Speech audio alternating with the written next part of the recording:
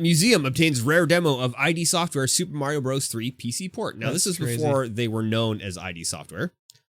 Oh, really? Yes, this is when they were known as Ideas from the Deep. Oh. So it's still, I don't know if Carmack's in there, but it is Romero, I think. His luxurious hair. And his luxurious hair. So was this actually something Nintendo wanted done, or was this like a proof of concept they were doing to try to... I believe it was a proof of concept. To try to convince Nintendo to do it. Yeah, I think it was a proof of concept. Okay. And then Nintendo was like, no. Yeah.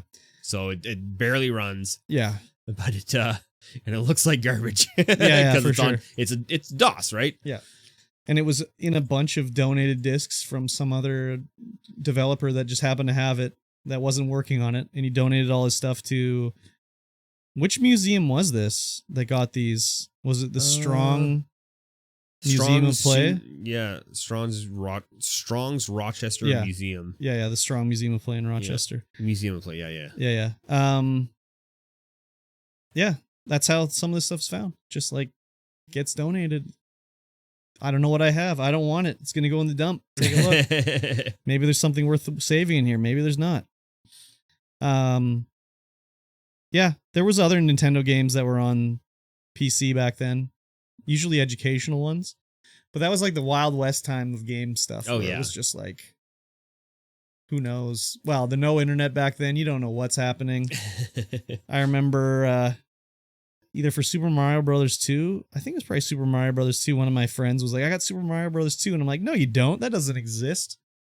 And the next day he brought like the manual to school and I was just like, holy crap. So this was, like I said, this was before they became ID Software. Yeah. But this demo of Super Mario 3, this proof of concept that they put together, it spurred them into making Commander Keen. Yes, that's what it was. They were like, no, you can't make Mario. And they're like, well, we have the engine. Let's make Commander Keen now. So. And that turned out to be a huge DOS success. Yes, exactly. That was a shareware one, wasn't it? Yep. Crazy shareware, man. Yeah, back when shareware came out, you got your first chapter. Did you ever pay for shareware? No.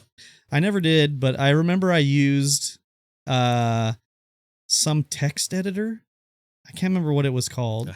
A hex editor of sorts. Well, no, it was like an updated version of text editor, but it had like, this was a long ass time ago. That was probably Microsoft Edit. No, it wasn't Microsoft. It was like, I can't remember who made it. It was some guy, and it had like tabs and everything way back before anyone else had tabs and stuff like that. And you could download it and use it for free. And there would be a splash screen that would be like, register it to get rid of the splash screen. It's only there for 20 seconds or whatever. Yeah. But the way to do it was you sent him a postcard in the mail and say like, hey, I like your program. Here's a postcard. You put your email address on it and he would email you a code to unlock it. Nice. So I did that. I can't remember what it was called, but it was like, I love that text editor. That was when I was like making a website with HTML. Ooh. Just like, typing it all up. So yeah.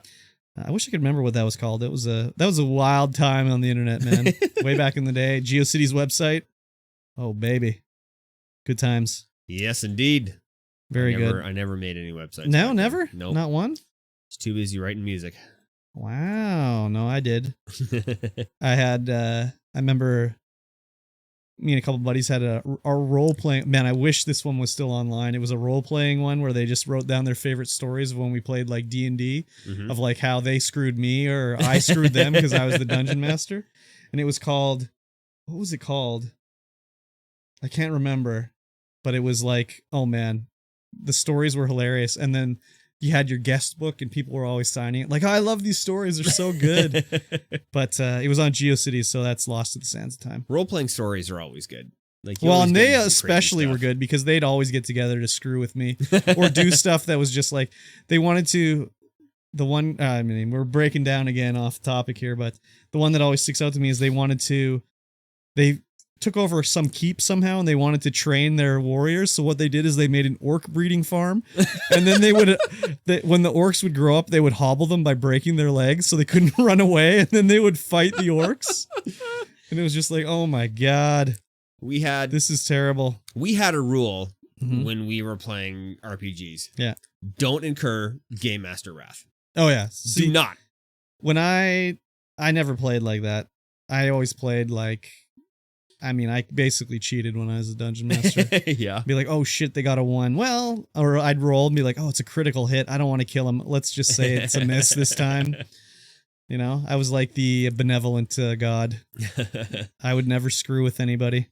I wouldn't let them get away with anything, but like if it sounded cool and it was gonna like make a cool scene or whatever, I'd be like, yeah, okay, that's all right. So we used the roll master crit system when we were playing. Oh yeah. So we introduced something called a fate point. In every level, you could get a fate point, which you could use to save yourself from these monster crits.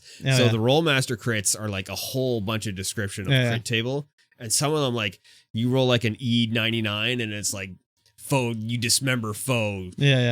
Guts spill out everywhere. He dies in 4 rounds. And so if you have that happen to you, you'd be like, oh no. So you have to use your fate point up. Otherwise, it's just dead. I never really killed anybody. I would let them live just because it's more fun when you live, not when you die. Yeah. We would kill people all the time. Yeah. Nah, I wouldn't do that. I do want to do some role playing again. I don't know if I want to run it though. Got a lot of Rifts books back there. We could totally stream a Rifts campaign. I would like to do that. I don't know if I want to run it though. That's the thing. No, I could run it. The other thing too, when I would be DM, I never prepared ever. No, I would just make it up as we go. Oh, I was always super prepared. I would never prepare, and they'd always be just like, "Man, the story worked out so good. The story was so good, and I like how this connected." And I'd be like, "Yeah, I've been planning it for a while." Wink, wink. But I would never ever prepare. So I'm a terrible storyteller though. Apparently, I was pretty good. They always seem to like it. So. Anyways, enough. We should do a Rifts one. Yeah, that'd be fun. Yeah, as soon as I find another 4 hours in a day. Yep, exactly.